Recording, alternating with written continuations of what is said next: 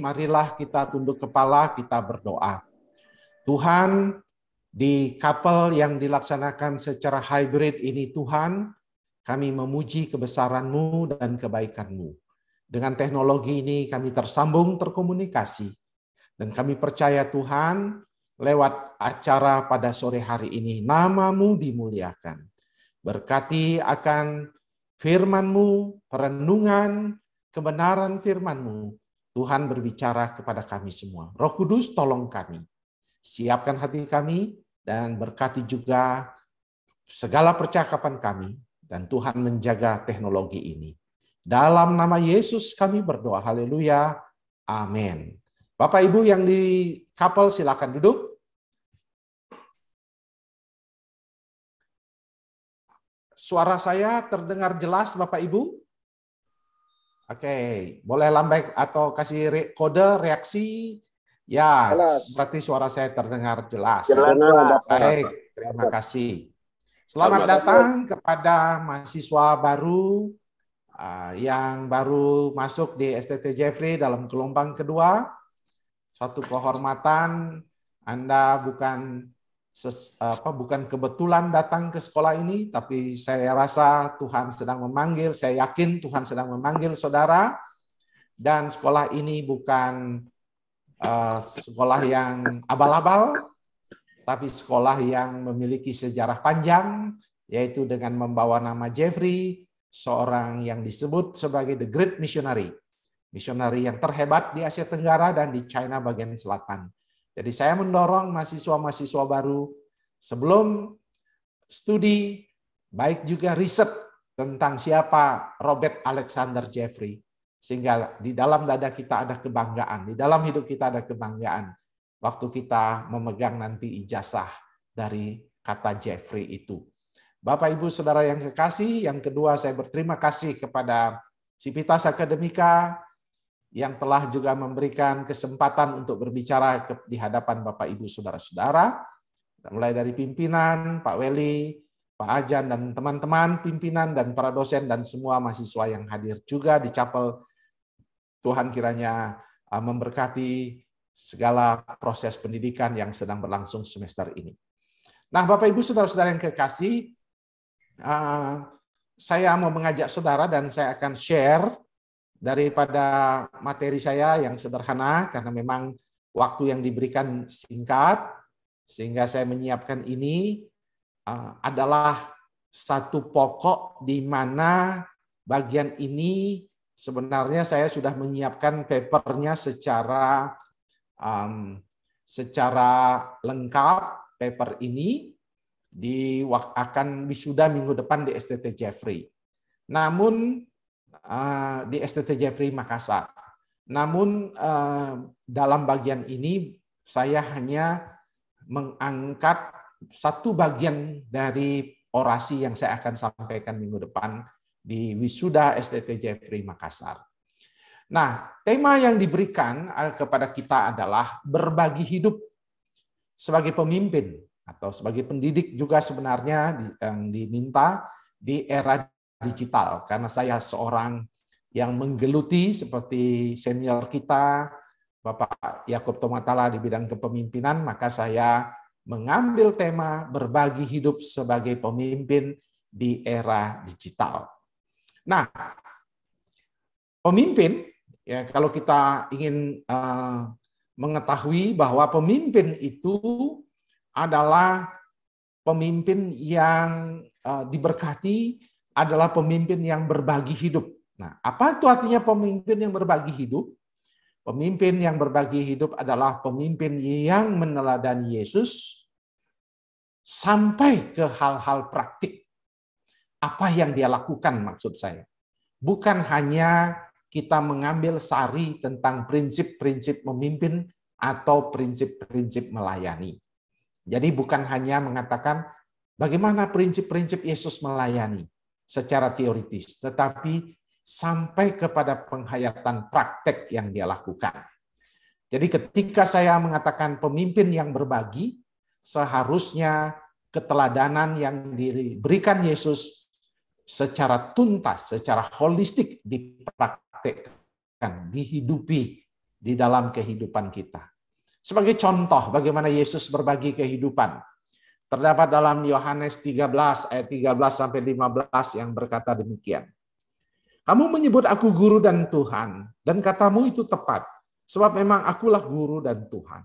Jadi jikalau aku membasuh kakimu, aku yang adalah Tuhan dan gurumu, maka kamu pun wajib saling membasuh kakimu. Sebab aku telah memberikan suatu teladan kepada kamu, supaya kamu juga berbuat sama seperti yang telah kuperbuat kepadamu.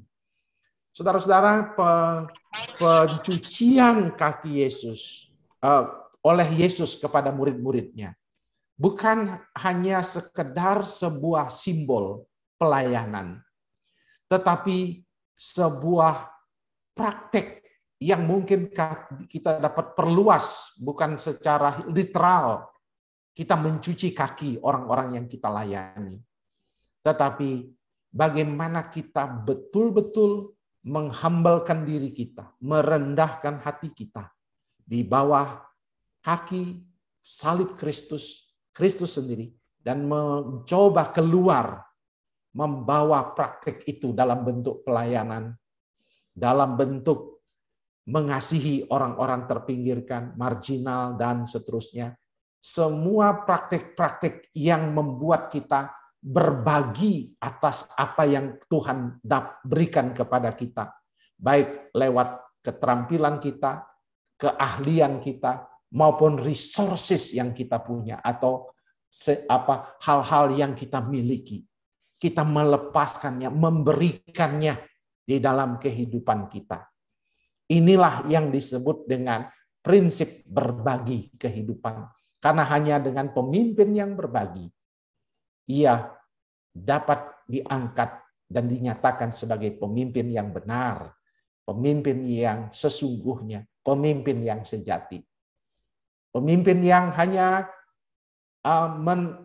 bertugas untuk menyelesaikan tugas-tugasnya.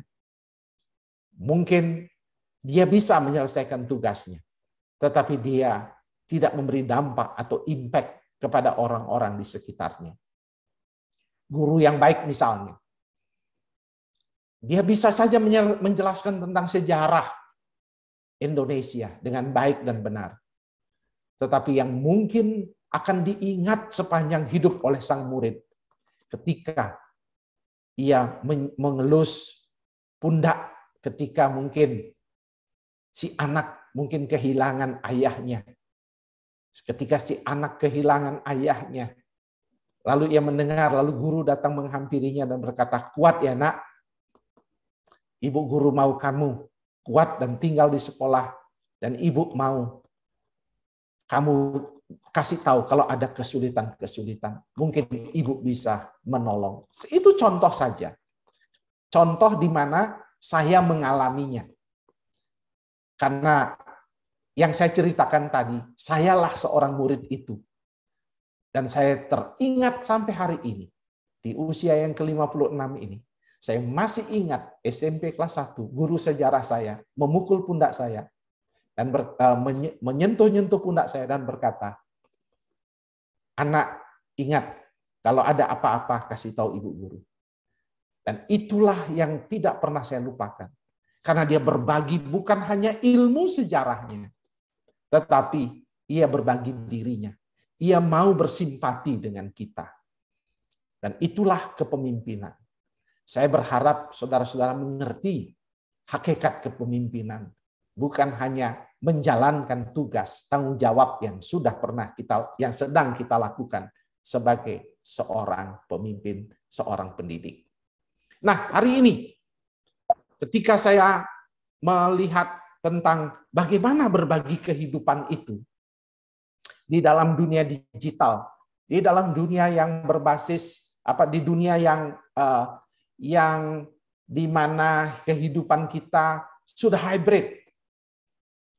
Yaitu hybrid itu apa? Di mana saudara dan saya sudah ada di dua dunia. Dunia nyata, dunia digital, semuanya ada. Semuanya real kedua-duanya. Maka kepemimpinan yang berbagi itu seperti apa yang harus kita hidupi? Ada 3 yang kita mau renungkan. Sebagaimana prinsip-prinsip Yesus. Kalau saudara ingin menjadi pemimpin yang efektif dan berhasil sepanjang kehidupan saudara-saudara, maka sebagai mahasiswa, sebagai seorang pelajar yang sedang belajar S1, S2 di SDT Jeffrey, kembangkanlah kepemimpinan berbasis nilai. Apa maksudnya? James Ottole, saya tidak tahu pronounce-nya yang tepat, cara mempronounce namanya dengan tepat, tetapi dia mengubah cara berpikir para pemimpin-pemimpin di tahun 96. Teori ini sudah lama, di mana seringkali para pemimpin, ketika dikatakan pemimpin yang berhasil itu apa? Pemimpin yang berhasil itu adalah kalau dia memiliki keahlian, seperangkat keahlian, seperangkat kehebatan. Tetapi James Ottole, dia berkata, seharusnya seorang pemimpin bukan dimulai dengan menguasai seperangkat kemampuan dan keahlian, tetapi dia memiliki kepemimpinan yang memulai berpondasi kepada nilai-nilai. Jadi bukan hanya sekedar keterampilan. Ada banyak pemain-pemain bola yang kemudian menjadi pelatih bola. Tidak berhasil. Karena apa? Mungkin waktu dia jadi pemain sangat berhasil. Tapi ketika jadi pemimpin, keterampilannya bermain bola tidak bisa diterapkan di dalam kepemimpinannya. Bukan karena dia hebat jadi pemain bola, otomatis dia akan hebat jadi pelatih bola. Karena apa? Karena nilai-nilai yang dia anut itulah yang menentukan keberhasilan daripada kepemimpinannya. Nilai itu penting sekali. Maka kalau Bapak Ibu, Bapak Ibu belajar akreditasi misalnya di sekolah, akreditasi sekolah. Sekarang yang ditanya adalah apa core value? Apa nilai utama daripada SDT Jeffrey Jakarta? Itu ditanya dalam akreditasi. Itu ditanya juga dalam kehidupan gereja. Kalau saudara pergi ke website gereja-gereja besar, gereja-gereja ternama, di sana ada pengakuan iman. Tapi ada juga diketukan core values kami apa? Nilai kami apa? Nilai-nilai itulah yang akan membuat kepemimpinan itu menjadi lebih dahsyat, lebih hebat. Apa nilai yang saudara anut? Misalnya nilai tentang siapa manusia di hadapan Tuhan. Siapa orang-orang yang saya pimpin. Ada buku yang terkini tentang kepemimpinan yang mencoba merombak konsep kepemimpinan lama. Judul bukunya adalah Unboss, bukan bos. Buku itu sangat menarik sekali. Saya baru membelinya berapa bulan lalu. Buku itu menarik karena apa? Karena dia bilang apa? Walaupun saya menggaji bawahan saya bukan bosnya, tapi saya adalah mitranya. Nilai ini penting kita bangun dulu. Karena kalau tanpa nilai itu ada di benak kita, di pikiran kita, di hidup kita, kita tidak akan mampu mengubah kultur budaya daripada orang-orang yang organisasi yang kita pimpin. Karena ketika jadi pemimpin, kadang-kadang ada orang merasa saya bos. Saya harus dilayani. Saya harus dilayani. Dan kalau saya melayani, saya melayani. Buktinya saya mengajar atau saya memimpin. Sisanya saya dilayani. Konsep seperti itulah yang membuat perbedaan antara si A dan si B. Mungkin kedua-duanya orang-orang hebat, memiliki pengetahuan yang hebat, mampu dalam berkhotbah dengan baik, mampu mengajar kalau saudara seorang guru nanti. Tapi yang membedakan ketika saudara punya nilai apa dalam hidup saudara. Yang membedakan itu nilainya yang saudara anut. Itu yang membedakan kepemimpinan. Maka nilai apa yang penting dalam dunia digital ini? Nilai integritas. Apa itu integritas? Yaitu bagaimana menyelaraskan kata dan perbuatan. Itu proses seumur hidup. Saya masih belajar, Bapak Ibu.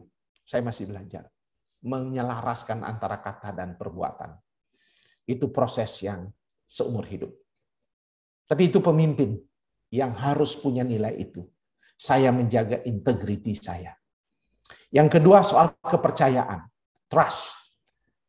Kalau saudara ingin jadi pemimpin yang memiliki pengaruh, jadilah orang yang dapat dipercaya. Jangan sampai saudara diragukan kepemimpinan saudara. Banyak orang merasa tidak yakin. Kenapa saya harus bergabung pada gereja A? Karena saudara mungkin tidak yakin nanti saudara akan dibina dengan baik atau tidak. Saudara dilayani dengan baik atau tidak. Bangunlah kepercayaan di dalam saudara melayani. Nilai-nilai itu adalah nilai saudara dapat dipercaya. Yang ketiga, nilai mendengarkan. Empati. Ini penting sekali para pemimpin di zaman era digital. Ketika saudara tidak mau mendengarkan, karena saudara yang merasa diri hebat dan pintar, saudara akan gagal jadi pemimpin. Kemudian yang keempat, menghargai pengikut. Seringkali gembala-gembala gagal menjadi pemimpin. Karena apa? Karena dia tidak hanya menghargai orang kaya dan tidak menghargai orang yang sederhana. Saya titip pesan kepada calon-calon mahasiswa, calon-calon penamat, atau yang sedang melayani karena dia sudah studi S2. Jangan pernah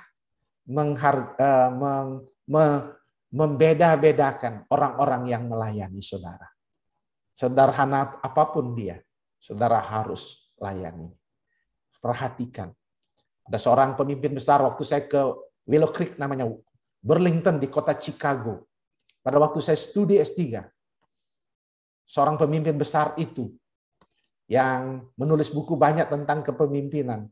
Dia berkata, setiap minggu, ketika ada guru sekolah minggu lewat, dia memberikan apresiasi pada guru-guru sekolah minggu. Sekolah minggunya sangat maju karena apa? Karena sang guru berkata, saya berterima kasih karena punya gembala yang selalu lewat ke gedung sekolah minggu kami, karena gedungnya besar sekali. Lalu dia hanya menyampaikan hello, say hello, dan berdoa untuk para guru. Dia menghargai semua orang. Dan apa yang terjadi? Bukan hanya para guru sekolah minggu, para koster-koster, tukang-tukang rumput, ya tepuk dadanya, tepuk bahunya, dan berkata, good job, kamu luar biasa. Kamu membuat gereja ini indah, sehingga orang datang. Dia menghargai semua orang. Say something, katakan sesuatu. Bukan hanya sekedar mengatakan, memberi gaji kepadanya. Tapi menghargakan dan meminta mungkin masukan-masukan atas apa yang dibuat. Kepemimpinan yang berbasis nilai inilah yang akan membuat saudara maju di dunia digital seperti ini. Karena orang tidak kagum kepada kepintaran kita. Tapi orang kagum atas perhatian kita. Di dunia digital, di mana abad ke-21 ini, orang sudah tahu segala-galanya. Sumber ilmunya dahsyat, sumber ilmunya hebat. Yang dibutuhkan adalah kasih sayang. Touch, sentuhan kasih yang mungkin tidak dapat didapat di dunia digital, tapi dia akan dapat ketika dia berjumpa dengan saudara sebagai pemimpin. Kepemimpinan bukan soal kehebatan, keahlian, keterampilan berpidato, kehebatan dalam berkhotbah, penguasaan akan materi-materi kuliah, atau materi-materi mengajar di sekolah, misalnya sebagai guru.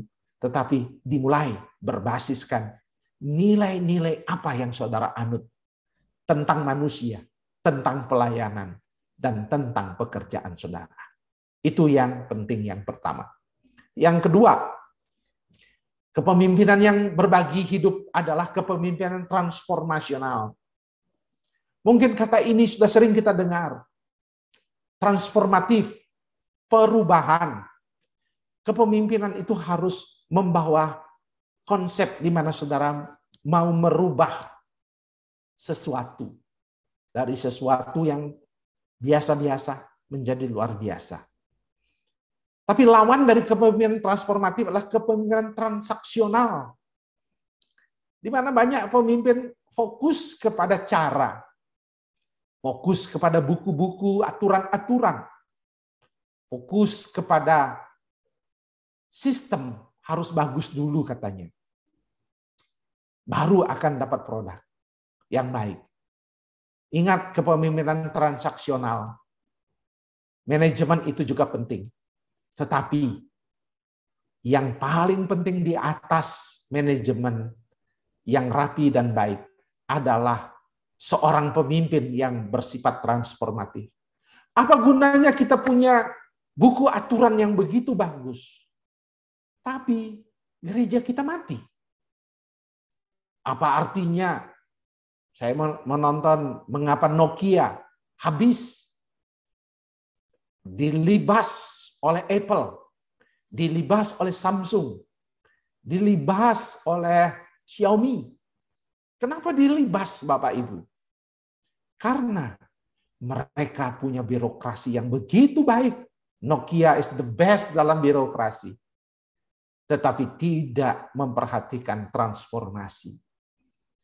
Dia tidak mau melihat perubahan-perubahan yang terjadi saat ini. Dia hanya berkata, wah kami berjaya sebagai produk kami.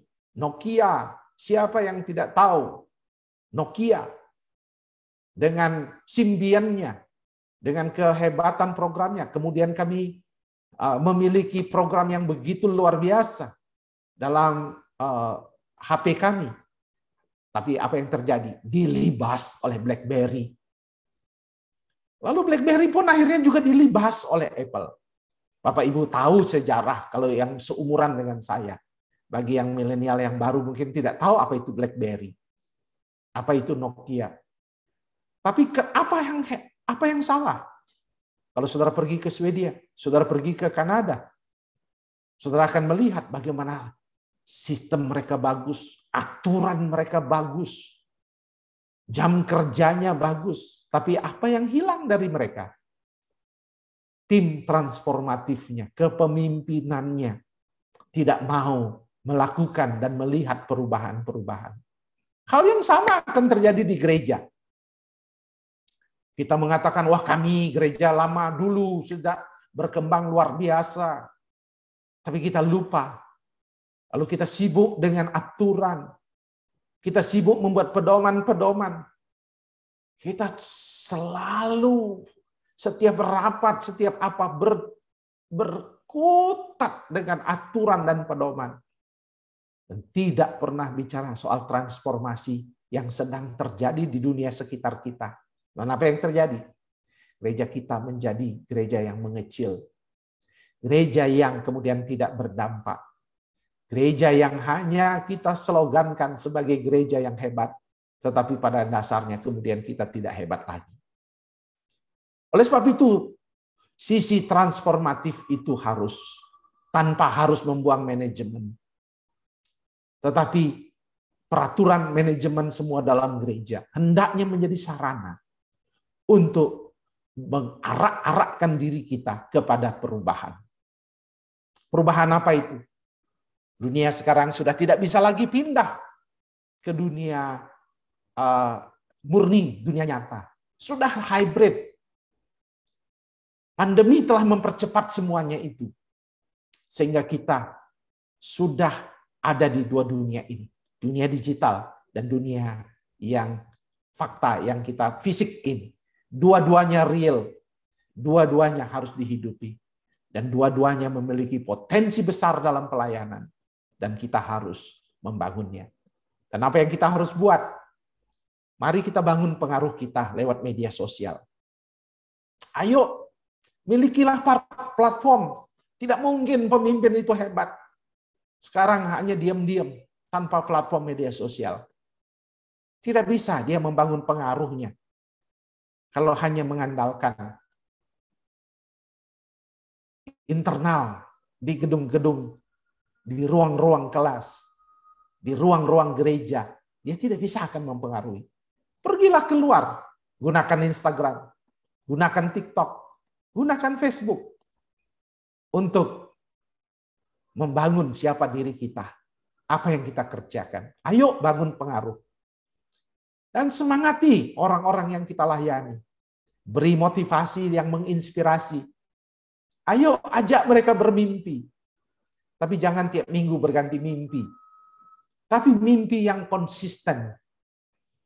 Mimpi di mana kita bisa menjadi membawa pengaruh, membawa Injil kepada dunia di sekitar kita. Ayo transformasi kepemimpinan itu dengan cara apa? Pemimpin itu harus mampu menstimulasi berpikirnya orang. Bukan hanya melihat kejelekan, bukan hanya melihat kesalahan, tetapi bagaimana menstimulasi cara berpikir. Sehingga kita mampu melihat, oh ini kekurangan, oh ini kelebihan. Misalnya saya sebagai ketua umum, saudara pelajarilah diri saya. Mungkin kalau ada yang apa kelebihannya, apa kekurangannya, stimulasikanlah pikiran saudara. Lalu saudara boleh berdiskusi dengan saya kalau dekat dan mendiskusikan bagaimana prinsip-prinsip kepemimpinan yang berhasil. Ketika saya mulai belajar kepemimpinan di tahun 2002, 1 bulan di kota Singapura, dalam pelayanan, dalam pelatihan namanya Hagai Institute, saya terstimulasi sekali untuk ditantang oleh seorang yang bernama Tony Chan. Ia berkata begini, ketika kamu masuk gereja, ketika kamu melihat sebuah fenomena, apa yang kamu pikirkan? Kamu iri hati? Kamu sinis? Atau kamu masuk ke sana pelajari? Dan lihat bagaimana mereka membuat diri mereka berkembang. Lalu saudara berkata, oke, kalau dia bisa, saya akan mencobanya juga. Menstimulasi Dr. Tony Chan menstimulasi cara berpikir saya. Seringkali kaum Injili, kaum evangelikal melihat sebuah kemajuan, langsung melihat dari sudut negatif. Oh, itu teologi kemakmuran. Itu sesat. Kita ikut-ikutan. Kita memberi label, mendemonizing, menjelek-jelekkan. Dan kita tidak terstimulasi terhadap hal-hal itu. Menstimulasi pikiran itu tidak harus ikut semuanya. Tapi menstimulasi pikiran itu artinya merangsang mana yang perlu kita ikuti, mana yang perlu kita buang. Kita harus menstimulasi berpikir kita. Dan pemimpin harus begitu kepada pengikutnya. Ayo, come, look. Saya di Jakarta, seringkali diam-diam. Pagi sudah ke gereja saya. Sore saya diam-diam dengan anak saya, mengunjungi sebuah gereja. Bukan karena saya mau pindah, tidak. Saya cinta gereja saya. Tetapi saya terstimulasi. Bagaimana dia bisa mempengaruhi orang urban? Apa yang sedang dia kerjakan? Apa yang dia buat? Saya ingin tahu. Dan itu menstimulasi cara berpikir saya. Mengapa dia bisa mempengaruhi orang? Dan mengapa saya belum bisa mencapainya? Apa yang terjadi? It's complex factor. Faktor kompleks tentu. Bukan sederhana. Tetapi kita mempelajari. That's transformational leadership. Kepemimpinan transformasional. Kemudian kalaupun kita sudah berusia, ayo kita mentoring. Semangati. Coach, jadilah pelatih. Jadilah orang yang mementor. Saudara akan memiliki pengaruh yang luar biasa. Ketika saudara mengangkat-angkat orang di bawah saudara. Itu yang kedua. Dan yang terakhir, kepemimpinan yang berbagi itu seperti apa? Kepemimpinan yang otentik. Otentisitas. Apa itu otentisitas? Hari ini banyak kamuflase di dunia digital.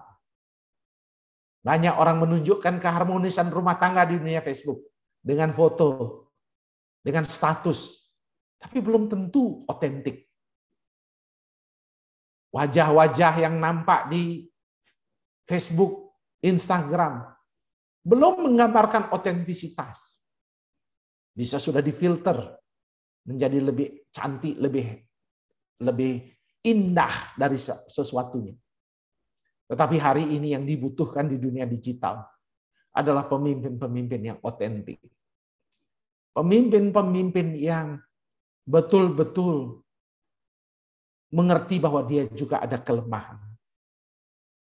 Sehingga dia bersimpati kepada orang-orang yang menderita, yang berdosa, yang mengalami masalah, yang terbuang, yang terpinggirkan. Seperti kalau saudara menjadi guru, kadang-kadang ada anak-anak diam, dia bukan bodoh. Mungkin dia butuh perhatian, butuh kasih. Jadilah pemimpin yang otentik. Lewat apa? Ada 4. Mengenal diri saudara. Apa kelebihan saudara? Apa kekurangan saudara? Be authentic leader. Ayo tahu apa kehebatan saudara, apa kekurangan. Lalu transparanlah. Kita tidak ada yang sempurna. Transparanlah menjadi diri kita. Dan kita menjadi orang yang kemudian berkata, that's my life. Inilah hidup saya. Apa adanya. Kemudian kita juga harus membangun keseimbangan. Pemimpin yang otentik. Dia tidak pernah percaya dengan satu berita. Apalagi di zaman TikTok ini. Penuh dengan fitnah. Penuh dengan semua hal-hal yang berhubungan dengan hoax. Dan orang merasa tidak malu lagi menceritakan hoax. Hari ini kita ditantang, saudara, untuk menjadi orang yang otentik. Tadi ada jenderal menembak anak buahnya. Orang rame-rame menghujat. Tanpa pernah melihat keseimbangan. Apa sebenarnya motif di baliknya. Dan paling tidak, kalau kita tidak tahu, kita diam dulu sambil mempelajarinya. Membangun keseimbangan dulu. Apa sebabnya? Salah, betul salah. Melanggar hukum, ya melanggar hukum. Tapi menyebarkan hoaks itu tidak dibenarkan dalam etika masyarakat digital. Kepemimpinan yang otentik memiliki etika moral yang alkitabiah. Jangan sampai kita ikut menyebarkan fitnah, menyebarkan gosip, menjelek-jelekkan. Di dunia media sosial sekarang, mudah sekali orang dihancurkan. Saudara pergi jalan saja ke sebuah hotel. Lalu saudara direkam. Lalu berkata, misalnya, Pak Daniel lagi ngapain di hotel? Itu bisa menghancurkan reputasi saudara. Padahal saudara sedang tidak buat apa-apa. Saudara sedang pergi meeting. Tapi dengan narasi-narasi yang demonizing, yang mengibliskan, menjelekkan, sangat fatal akibatnya di dunia media sosial. Kita membutuhkan orang yang punya etika moral, alkitabiah, yang mempertahankan nilai-nilai kejujuran, kasih dan keadilan secara seimbang di dalam kepemimpinan kita. Itu yang dibutuhkan Bapak Ibu Saudara di dalam masyarakat digital saat ini. Ada yang hidup dalam ketakutan dengan teknologi. Ada yang mengalami korban dengan teknologi. Ada yang mengalami banyak sekali hal-hal yang meracuni dia. Dan sekarang dia membutuhkan figur yang otentik. Saudaralah yang harus menjadi pemimpin yang otentik di dalam kepemimpinan. Ada 3 dalam berbagi hidup sebagai pemimpin yang kemudian membuat mahasiswa, saudara dan saya, dipakai lebih luar biasa lagi. Yang pertama tadi adalah kepemimpinan, saya ulang lagi, kepemimpinan yang berbasis nilai, kepemimpinan yang transformatif, dan kepemimpinan yang otentik. Kiranya para mahasiswa dapat belajar, dan kita semua belajar, dan termasuk saya, belajar bahwa hanya dengan minimal 3 ini menjadi bekal kita dalam menghadapi rimba raya pelayanan digital yang semakin lama semakin berat. Kiranya Tuhan menguatkan saudara-saudara sebagai pemimpin. Ayo teladani Yesus. Bukan hanya prinsip-prinsip memimpin, tapi kehidupannya sebagai totalitas. Kita hidupi dan hayati. Kiranya Tuhan menolong saudara-saudara di dalam masa-masa studi. Tuhan menyertai saudara-saudara. Mari kita berdoa. Bapa kami yang di sorga, terima kasih. Hamba-Mu telah selesai berbicara. Tuhan menolong dan memimpin kami. Berkati mahasiswa kami, supaya mereka dapat menyelesaikannya dengan baik, dan bukan hanya menyelesaikan studi dengan baik, tapi kami berdoa mereka akan menjadi pemimpin yang hebat, yang mempengaruhi Indonesia. Tuhan, kami mendoakan mereka secara khusus, biar mereka mulai sekarang membangun nilai-nilai kehidupan, nilai-nilai kepemimpinan, dan berkomitmen untuk melakukan transformasi. Karena dunia sedang berubah tanpa ujung. Serta Tuhan, kami mau hidup otentik. Hidup yang hanya menyenangkan hati Tuhan. Hidup yang bercermin dari kebenaran firman Tuhan. Inilah doa kami Tuhan, berkati para dosen, karyawan, staf, Tuhan berkati. Jadikan STT Jeffrey Jakarta sekolah yang berdampak, yang terus dipakai Tuhan untuk Indonesia dan dunia. Inilah doa kami Tuhan. Dalam nama Yesus kami berdoa. Haleluya. Amin. Tuhan memberkati. Saya kembalikan kepada pembawa acara.